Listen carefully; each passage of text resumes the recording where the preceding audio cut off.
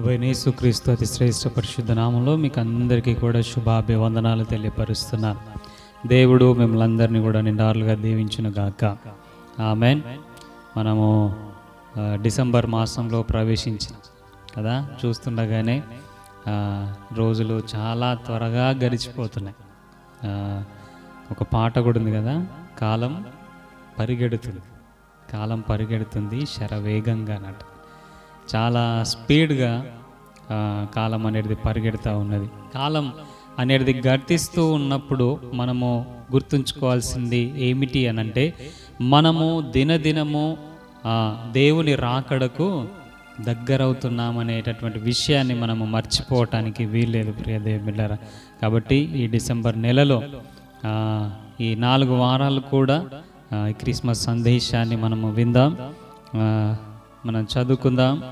లూకా రాసినటువంటి సువార్త 2వ అధ్యాయము 10వ వచనం.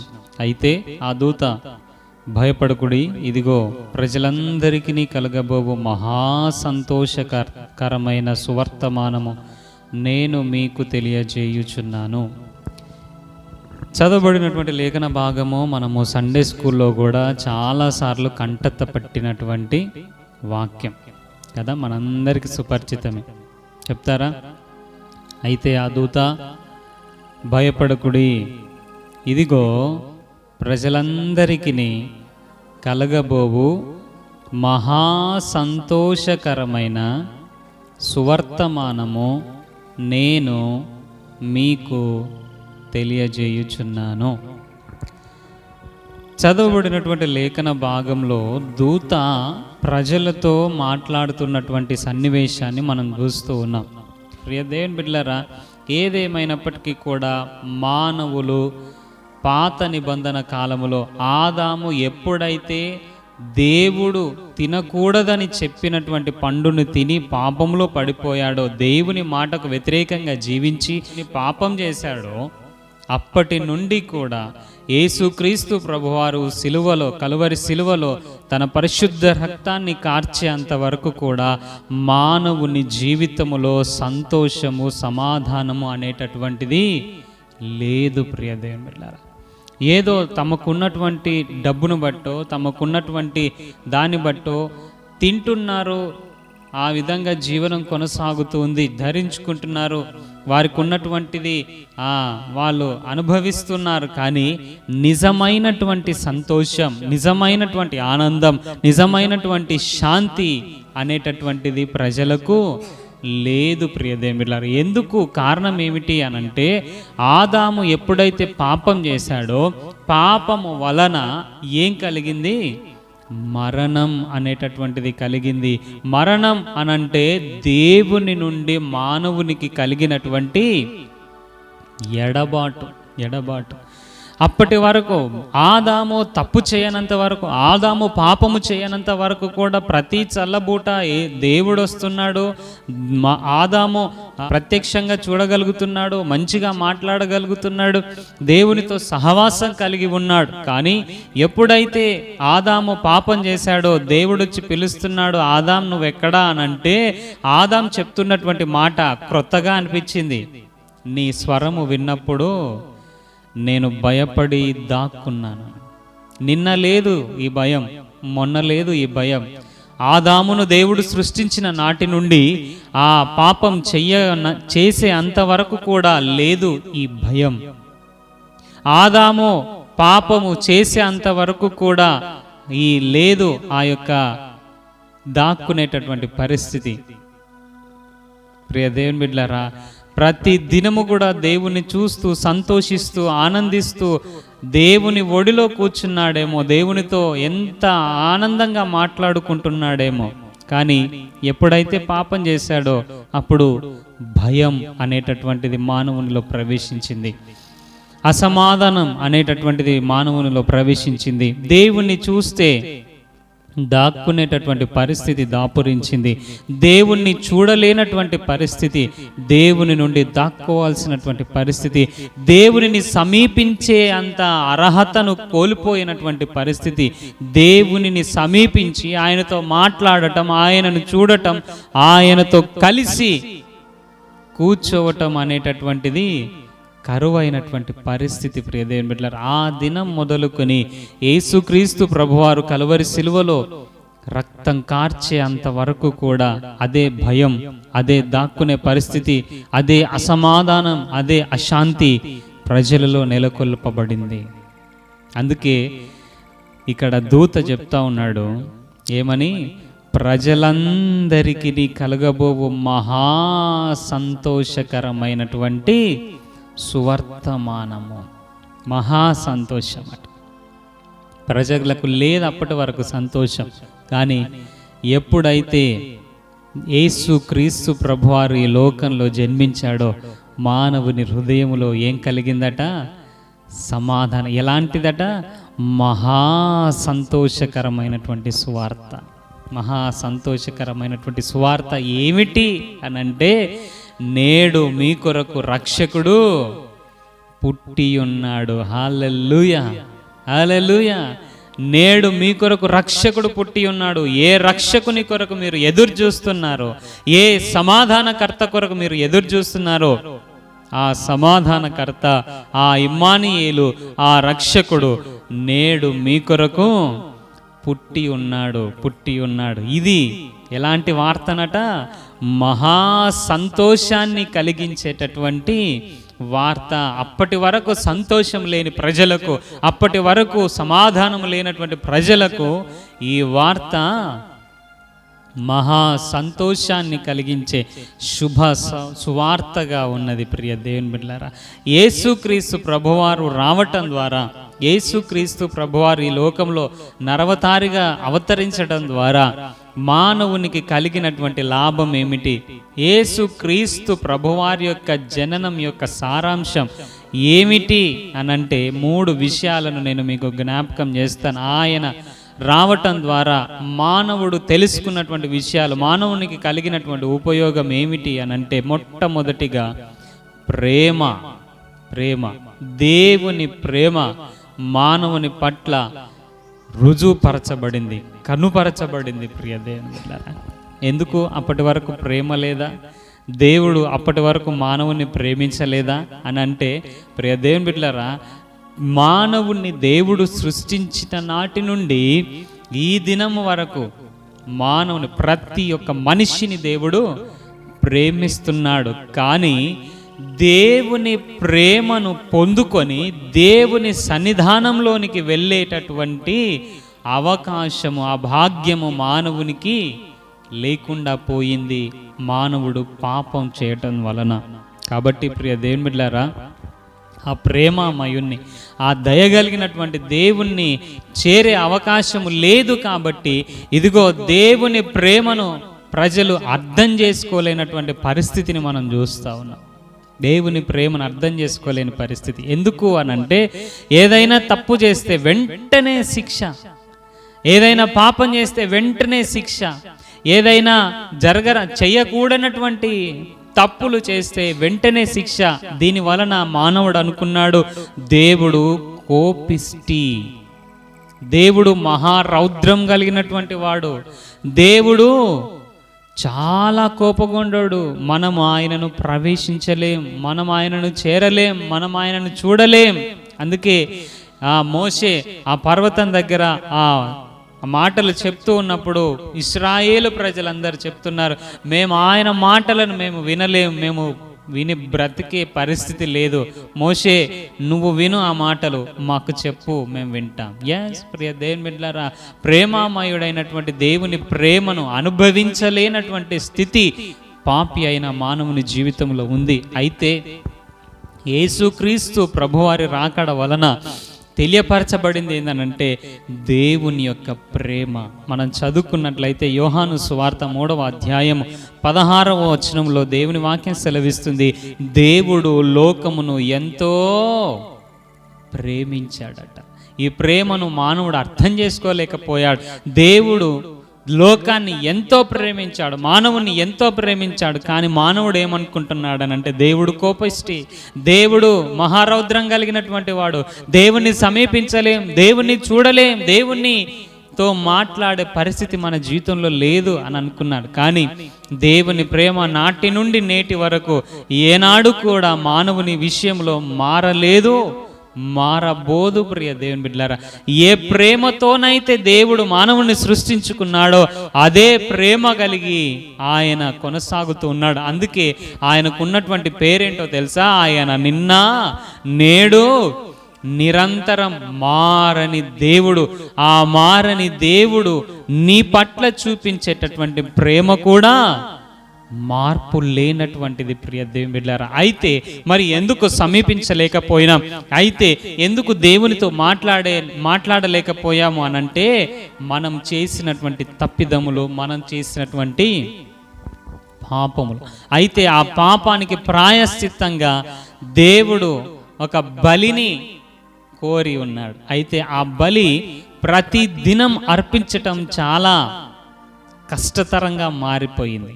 అయితే దేవుడు ఒక ప్రణాళిక కలిగి ఉన్నాడు. ఆది కాండంలోనే తన ప్రణాళికను మనకు తెలియపరిచాడు. ఎన్నో ప్రవచనాలున్న యేసుక్రీస్తు ప్రభువారి యొక్క ఆ నరవతారం గురించి ఎన్నో ప్రవచనాలు మనకున్నాయి పాత నిబంధన గ్రంథములో. ఆది కాండం నుంచి మొదలుకుంటే మలాకి గ్రంథము వరకు కూడా దేవుని యొక్క నరవతారము గురించి ఎన్నో ప్రవచనాలు ఉన్నాయి. ఆ ప్రవచనాలన్నీ కూడా క్రొత్త నిబంధనలో మనం చూస్తే ఆ నెరవేర్పును మనము చూడగలుగుతాం. కాబట్టి ప్రియ దేవుని బిడ్డలారా, ఆ ప్రణాళిక కలిగినటువంటి దేవుడు తన ప్రేమను ఎలా వెల్లడి చేశాడు అనంటే తన ప్రియ కుమారుణ్ణి ఈ లోకానికి పంపించడం ద్వారా. అందుకే ఇక్కడ అంటున్నాడు యోహాను భక్తుడు, దేవుడు లోకమును ఎంతో ప్రేమించాడట. ఆయన ప్రేమకు మితి లేదు, ఆయన ప్రేమకు హద్దులు లేవు, ఆయన ప్రేమకు ఏ కొలత లేదు. ఎంతగా ప్రేమించాడు అనంటే తన అద్వితీయ కుమారుణ్ణి పాపి అయినటువంటి మనిషి కొరకు అప్పగించే అంతగా ప్రేమించాడు. అందుకే అక్కడ అంటాడు, ఆయన తన అద్వితీయ కుమారునిగా పుట్టిన వాని యందు విశ్వసించు ప్రతి వాడును నశింపక నిత్య జీవం పొందినట్లు ఆయనను ఇచ్చేశాడు. ఈరోజు ఒకసారి ఆలోచన చేయాలి. తల్లిదండ్రులముగా మన పిల్లవాన్ని ఎవరి కొరకైనా బలిగా ఇవ్వటానికి ఇష్టపడతామా? ఇష్టపడలేము. ప్రియ దేవుని బిడ్డలారా, దేవుడు లోకమును, నిన్ను, నన్ను, మనలో ఏదో మంచి ఉన్నదని, మనం ఏదో గొప్పవారమని కాదు, పాపులమైనటువంటి మనల్ని ప్రేమించి పాపము లేనటువంటి తన కుమారుణ్ణి అనుగ్రహించాడట. చూడండి ఎంత ప్రేమ కలిగి ఉన్నాడో దేవుడు నీ పట్ల. పాపి అయిన మానవుని కొరకు పాపము లేనటువంటి తన కుమారుణ్ణి బలిగా ఇచ్చాడట. చూడండి దేవుడు ప్రేమించినటువంటి విధానం. అదేవిధంగా యోహాను రాసినటువంటి పత్రికలలో కూడా అంటాడు. మొదటి పత్రిక 4వ అధ్యాయం 9వ వచనములో, మనము ఆయన ద్వారా జీవించినట్లు దేవుడు తన అద్వితీయ కుమారుని లోకంలోనికి పంపెను, దీని వలన దేవుడు మన యందుంచిన ప్రేమ ప్రత్యక్షపరచబడుతుందట. మనము జీవించడానికి, మనం పాపం చేసినటువంటి మనిషి ఈ మరణానికి గురయ్యాడు, మరణానికి లోనయ్యాడు. కాబట్టి ఈ మరణం నుండి తప్పించబడి జీవించినట్లు, మరణం నుంచి తప్పించబడి జీవించినట్లు ఆయన ఏం చేశాడట? తన అద్వితీయ కుమారుణ్ణి లోకంలోనికి పంపాడట. దీని వలన ఏం ప్రత్యక్షపరచబడుతుంది? దేవుడు పాపి అయిన నిన్ను, నన్ను ప్రేమించినటువంటి విధానం అనేటటువంటిది ప్రత్యక్షపరచబడుతుంది. ప్రియ దేవుని బిడ్డలారా, చూడండి ఎంత ప్రేమించాడు. అదేవిధంగా 4వ అధ్యాయం 10వ వచనంలో అంటాడు, మనము దేవుణ్ణి ప్రేమించితిమని కాదు, తానే మనలను ప్రేమించి మన పాపములకు ప్రాయశ్చిత్తమై ఉండుటకు తన కుమారుణ్ణి పంపెను. ఇందులో చెప్పాలి, ప్రేమ ఉన్నది. మనం ఏదో దేవుని ప్రేమించినామని కాదు, పాపులమైన మనల్ని దేవుడు ప్రేమించాడట. ఒకసారి ఆలోచన చెయ్యండి. మన ఎడల తప్పిదం చేసిన వాళ్ళను, మన ఎడల అపరాధం చేసిన వాళ్ళను, మనమంటే గిట్టనోళ్ళను మనము ప్రేమించగలుగుతామా?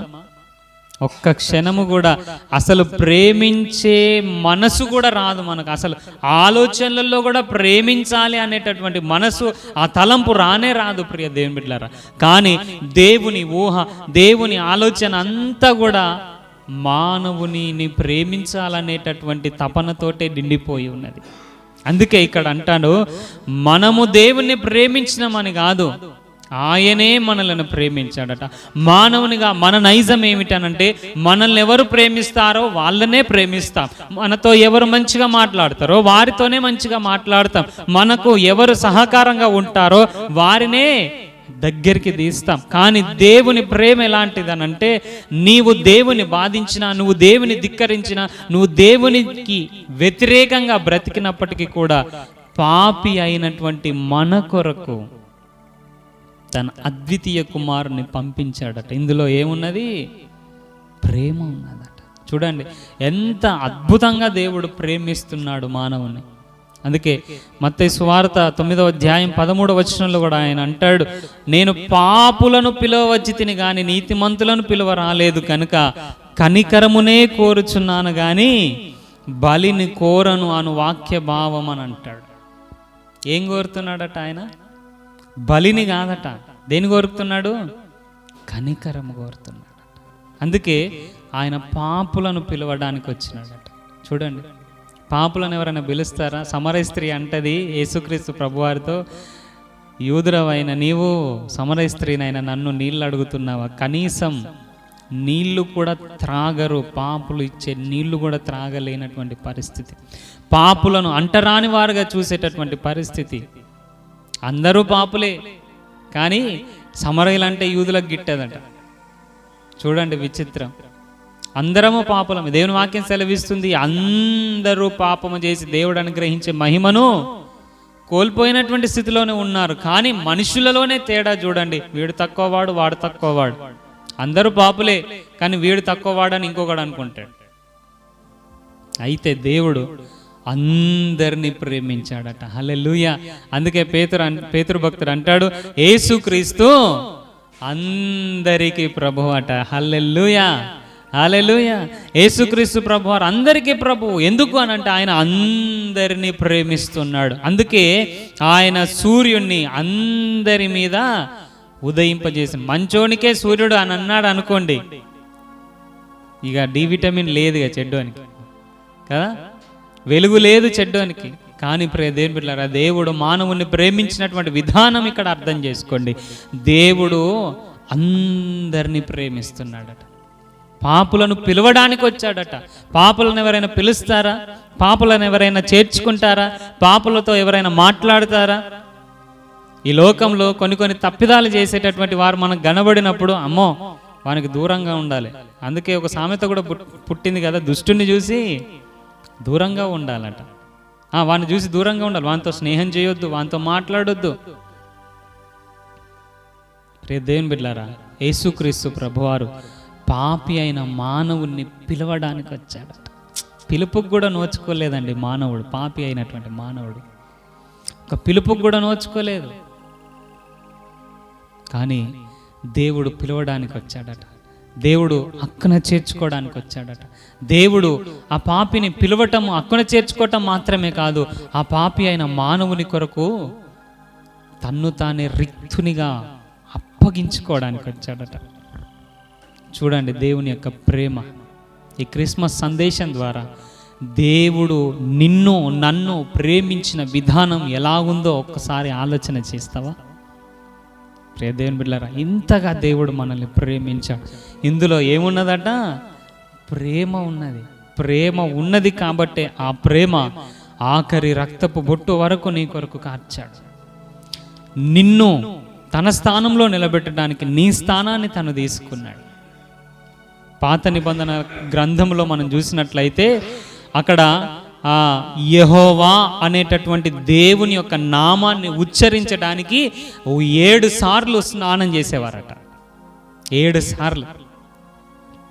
సార్లు స్నానం చేసి యెహోవా అనేటటువంటి నామాన్ని ఉచ్చరించాలట. కానీ ఇప్పుడు మనం ఏ స్థితిలో ఉన్నా యేసయ్యా, అబ్బా, తండ్రి అని పిలిచే ఆధిక్యతనిచ్చాడండి. చూడండి ఎంత ప్రేమ కలిగినటువంటి దేవుడు. నిన్ను నన్ను దేవుడు ఎంత ప్రేమిస్తున్నాడో ఒక్కసారి అర్థం చేసుకోవాలి. ఇది మొదటి విషయం ప్రియ దేవుని బిడ్డలారా. రెండవదిగా చూసినట్లయితే ఆయన మన విషయంలో శాంతికరమై ఉన్నాడు. ఆయన శాంతిని అనుగ్రహించడానికి ఈ లోకానికి వచ్చాడు. మొదటిగా ప్రేమను కనుపరచడానికి, ప్రేమను ప్రత్యక్షపరచడానికి ఈ లోకానికి వచ్చాడు. రెండవదిగా శాంతిని ఇవ్వటానికి ఈ లోకానికి వచ్చాడు. అదే యోహాను రాసినటువంటి మొదటి పత్రిక 2వ అధ్యాయం 2వ వచనంలో మనం చూసినట్లయితే ఆయన మన పాపములకు శాంతికరమై ఉన్నాడు. మన పాపములకు మాత్రమే కాదు, సర్వలోకమునకును శాంతికరమై ఉన్నాడట. ప్రియ దేవుని బిడ్డలారా, ఆయన మన పాపములకు ఏమై ఉన్నాడు?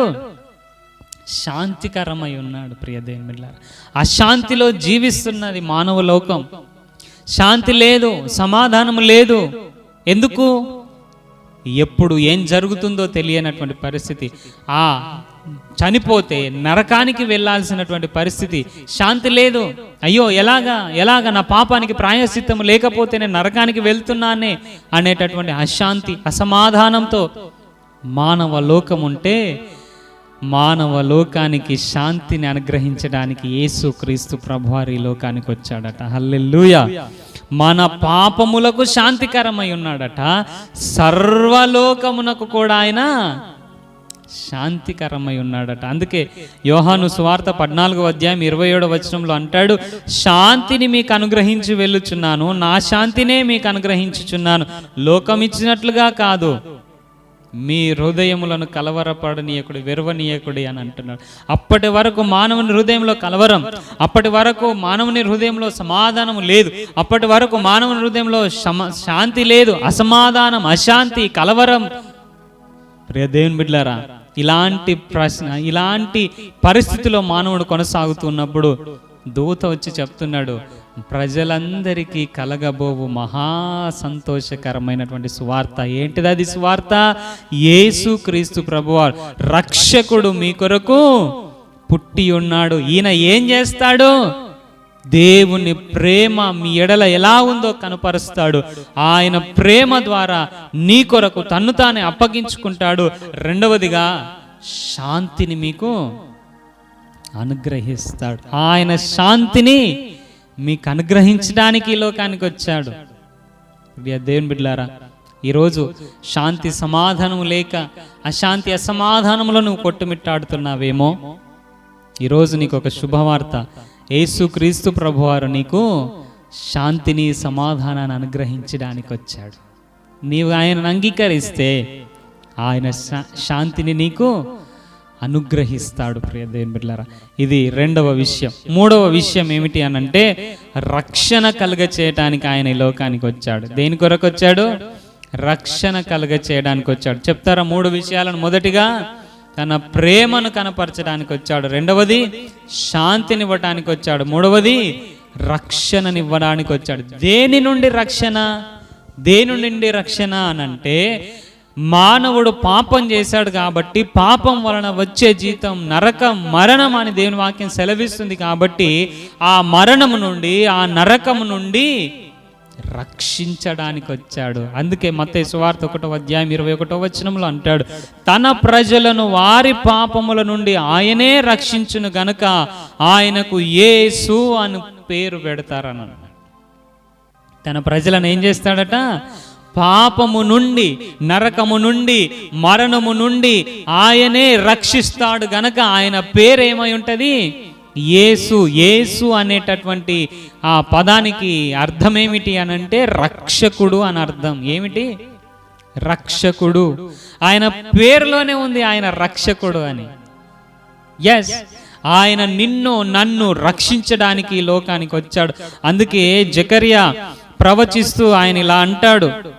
లూకా సువార్తలో 2వ అధ్యాయం మనం చూసినట్లయితే ఆయన అంటాడు, తండ్రి అయిన జకరియా పరిశుద్ధాత్మ పూర్ణుడై ప్రవచిస్తూ ఆయన అంటాడు 70వ వచనంలో, తన సేవకుడైన దావీదు వంశమునందు మన కొరకు రక్షణ శృంగం అని అంటాడు. ఎలాంటట? రక్షణ శృంగాన్ని ఆయన ఇచ్చాడట. అదేవిధంగా చదువుకుంటూ వెళ్తే 76వ వచనంలో అంటాడు, పరిశుద్ధముగాను నీతిగాను ఆయన సేవింపను అనుగ్రహించుటకు ఈ రక్షణ కలుగజేశానని అంటాడు. ఆ రక్షణకు ముందుగా ప్రకటించడానికి, ఆ సర్వోన్నతుని గురించి ప్రకటించడానికి ఈ శిశువు వచ్చాడు అని తన కుమారుడైన యోహాను గురించి ప్రవర్తిస్తున్నటువంటి సందర్భం అది. గ్యాస్ ప్రియ దేవుని బిడ్డలారా, అదేవిధంగా లూకా సువార్త 2వ అధ్యాయం 32వ వచనంలో కూడా చూసినట్లయితే సుమయోను అనేటటువంటి ఒక భక్తుడు ఉన్నాడు. ఆ భక్తునికి దేవుడు దర్శనమిచ్చి చెప్పాడు, దేవుని రక్షణను నీవు కన్నులారా చూచేంతవరకు నువ్వు చచ్చిపోవని అన్నాడు.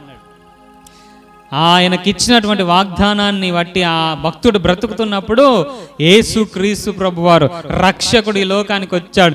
రక్షకుడు ఈ లోకానికి వచ్చిన తర్వాత సున్నతి చేయటానికి వారి తల్లిదండ్రులు తీసుకొని వెళ్తే సుమయోను చేతిలో పట్టుకొని అంటాడు 2వ అధ్యాయం 32వ వచనంలో, నీ రక్షణను నేను కన్నులారా. ప్రియ దేవుని బిడ్డలారా, రక్షణ లేని మానవునికి రక్షణ కలిగించటానికి యేసుక్రీస్తు ప్రభువారు ఈ లోకానికి వచ్చాడు. ఏ పాపం వలన మరణం ఏలుతూ ఉందో, ఏ పాపం వలన నరకం ఏలుతూ ఉందో, ఆ నరకాన్ని, ఆ మరణాన్ని తప్పించటానికి, రక్షించటానికి రక్షకుడుగా ఆయన ఈ లోకానికి వచ్చాడు. నిన్ను నన్ను రక్షించడానికి ఆయన ఈ లోకానికి వచ్చాడు. ప్రియ దేవుని బిడ్డలారా, ఈ క్రిస్మస్ సందేశం ద్వారా 3 విషయాలను నేను మీకు తెలియపరుస్తున్నాను. మొదటిగా, దేవుడు తన ప్రేమను కనపరచడానికి లోకానికి వచ్చాడు. రెండవదిగా, శాంతిని అనుగ్రహించడానికి వచ్చాడు. మూడవదిగా, రక్షణను అనుగ్రహించడానికి వచ్చాడు. ఈ దినం ఏ ప్రేమకైతే నువ్వు నోచుకోలేకపోతున్నావు, మనుషుల ప్రేమ కరువైందని, తల్లిదండ్రుల ప్రేమ కరువైందని, నా అన్నవారి ప్రేమ కరువైపోయిందని, ఏ ప్రేమకు నేను నోచుకోలేదని నువ్వు బాధపడుతూ దుఃఖపడుతూ ఉన్నావేమో, కానీ నీకొక శుభవార్త, నిన్ను ప్రేమించే దేవుడు ఉన్నాడు. నన్ను ప్రేమించే వారు ఎవ్వరు లేరు ఈ లోకంలో, నన్ను ఆదరించే వారు ఎవరు లేరు ఈ లోకంలో.